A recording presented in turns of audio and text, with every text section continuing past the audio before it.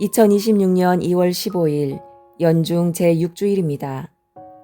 주님의 계명은 우리가 온전한 삶을 살 수 있도록 주님께서 우리에게 주신 선물입니다. 그렇기에 계명을 지키는 것은 단순히 법조문에 준수와는 다릅니다. 주님에 대한 감사와 이웃에 대한 사랑을 기꺼이 실천하라고 말하는 사랑의 계명은 우리를 참된 행복으로 이끕니다.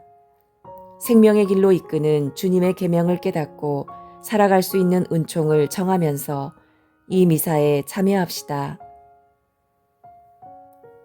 제1독서 집회서 15장 15절에서 20절의 말씀입니다. 내가 원하기만 하면 계명을 지킬 수 있으니 충실하게 사는 것은 내 뜻에 달려 있다.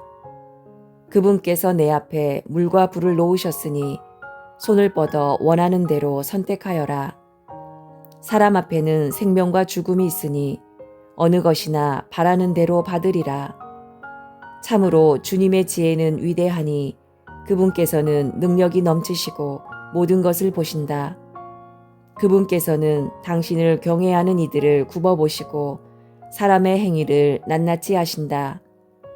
그분께서는 아무에게도 불경하게 되라고 명령하신 적이 없고 어느 누구에게도 죄를 지으라고 허락하신 적이 없다. 주님의 말씀입니다. 화답송. 행복하여라. 주님의 가르침을 따라 사는 이들. 행복하여라. 온전한 길을 걷는 이들. 주님의 가르침을 따라 사는 이들. 행복하여라. 그분의 법을 따르는 이들. 마음을 다하여 그분을 찾는 이들. 행복하여라. 주님의 가르침을 따라 사는 이들. 당신은 규정을 내리시어 어김없이 지키라 하셨나이다.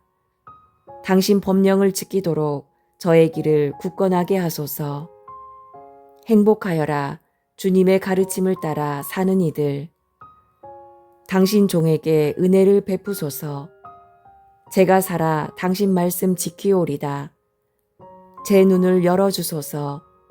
당신의 놀라운 가르침 바라보리이다. 행복하여라. 주님의 가르침을 따라 사는 이들. 주님, 당신 법령의 길을 가르치소서. 저는 끝까지 그 길을 따르오리다. 저를 깨우치소서. 당신 가르침을 따르고 마음을 다하여 지키오리다. 행복하여라. 주님의 가르침을 따라 사는 이들. 제2독서 사도 바오로의 고린토일서 2장 6절에서 10절의 말씀입니다. 형제 여러분, 성숙한 이들 가운데에서는 우리도 지혜를 말합니다. 그러나 그 지혜는 이 세상의 것도 아니고 파멸하게 되어 있는 이 세상 우두머리들의 것도 아닙니다. 우리는 하느님의 신비롭고 또 감추어져 있던 지혜를 말합니다. 그것은 세상이 시작되기 전 하느님께서 우리의 영광을 위하여 미리 정하신 지혜입니다. 이 세상 우두머리들은 아무도 그 지혜를 깨닫지 못하였습니다. 그들이 깨달았더라면 영광의 주님을 십자가에 못 박지 않았을 것입니다. 그러나 성경에 기록된 그대로 되었습니다.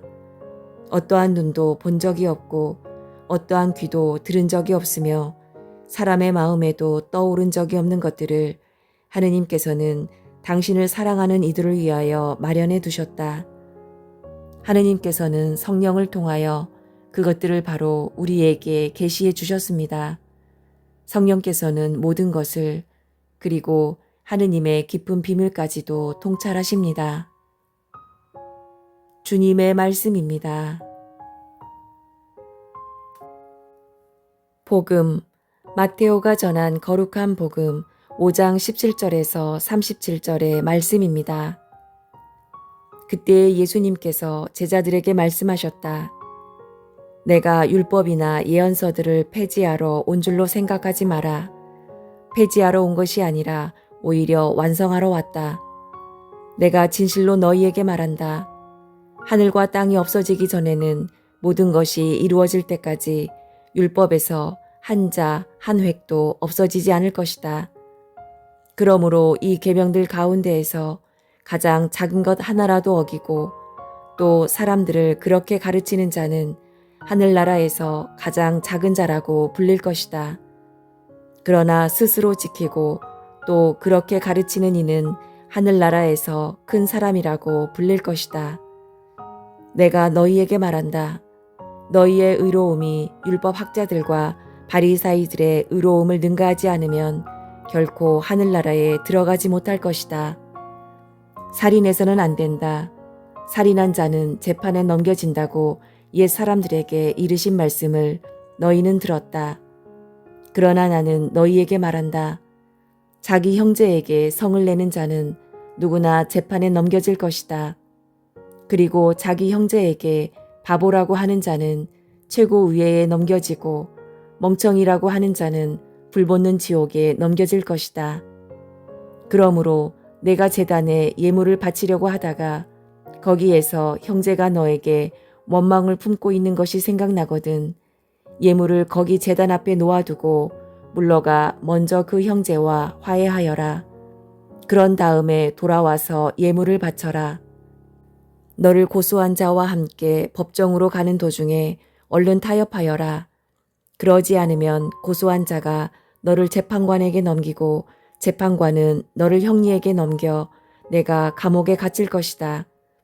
내가 진실로 너에게 말한다. 내가 마지막 한 입까지 갚기 전에는 결코 거기에서 나오지 못할 것이다. 간음해서는 안 된다고 이르신 말씀을 너희는 들었다. 그러나 나는 너희에게 말한다. 음욕을 품고 여자를 바라보는 자는 누구나 이미 마음으로 그 여자와 간음한 것이다. 내 오른 눈이 너를 죄짓게 하거든 그것을 빼어 던져버려라. 온몸이 지옥에 던져지는 것보다 지체 하나를 잃는 것이 낫다. 또 내 오른손이 너를 죄짓게 하거든 그것을 잘라 던져버려라. 온몸이 지옥에 던져지는 것보다 지체 하나를 잃는 것이 낫다. 자기 아내를 버리는 자는 그 여자에게 이혼장을 써주어라 하신 말씀이 있다. 그러나 나는 너희에게 말한다. 불륜을 저지른 경우를 제외하고 아내를 버리는 자는 누구나 그 여자가 간음하게 만드는 것이다. 또 버림받은 여자와 혼인하는 자도 간음하는 것이다. 거짓 맹세를 해서는 안 된다. 내가 맹세한 대로 주님께 해드려라 하고 옛 사람들에게 이르신 말씀을 너희는 또 들었다. 그러나 나는 너희에게 말한다. 아예 맹세하지 마라. 하늘을 두고도 맹세하지 마라. 하느님의 옥좌이기 때문이다. 땅을 두고도 맹세하지 마라. 그분의 발판이기 때문이다. 예루살렘을 두고도 맹세하지 마라. 위대하신 임금님의 도성이기 때문이다. 내 머리를 두고도 맹세하지 마라. 내가 머리카락 하나라도 희거나 검게 할 수 없기 때문이다. 너희는 말할 때에 예할 것은 예하고 아니요 할 것은 아니요라고만 하여라. 그 이상의 것은 악에서 나오는 것이다. 주님의 말씀입니다. 오늘의 묵상. 고속도로를 달리던 초보 운전자가 있었습니다. 정속주행을 고집하던 그는 앞에 가던 스포츠카가 빠르게 달려나가자 갑자기 속도를 높여 따라붙었습니다. 옆자리 친구가 당황해하자 그는 말하였습니다. 앞차와 간격을 100m로 유지하라고 배웠단 말이야. 그렇습니다. 겉으로는 규칙을 따르는 듯 보였지만 통행속도 제한이라는 법을 어긴 것입니다. 배운 대로 움직였을지 몰라도 정작 주변 흐름과 안전이라는 근본 목적은 놓친 것이지요. 우리도 이럴 때가 있습니다. 규칙에 집착하면서 정작 그것이 왜 필요한지 있습니다. 저도 그런 경험이 있습니다. 신학교 시절 전례부 활동을 하며 전례 규정을 배우고 익혔습니다. 그런데 방학 때 본당에 가면 전례에 관하여 지적하고 싶은 부분이 자꾸 눈에 들어왔습니다. 초를 왜 저렇게 켜지? 종은 저렇게 치는 게 아닌데. 주님을 위한 수단이던 규정이 어느새 주님을 가리는 장벽이 된 것입니다. 오늘 복음에서 예수님께서는 말씀하십니다. 너희의 의로움이 율법학자들과 바리사이들의 의로움을 능가하지 않으면 결코 하늘나라에 들어가지 못할 것이다. 그들은 율법을 철저히 지켰지만 예수님께서는 그들을 위선자라고 부르셨습니다. 하느님께서 바라시는 의로움은 사랑이라는 가장 큰 계명을 중심에 두고 이루어지는 것이었으니까요. 차량 간 거리를 지키려다 과속한 운전자처럼 형식에만 얽매이면 더 본질적인 계명을 놓치게 됩니다. 모든 규정은 하느님과 이웃을 사랑하기 위한 것입니다. 사랑이 규칙을 이끄는 방향이고 규칙은 사랑을 구체화하는 길입니다. 그것이 주님의 뜻에 참되게 응당하는 삶이며 우리를 자유와 기쁨으로 이끄는 길입니다. 행복하여라. 주님의 가르침을 따라 사는 이들.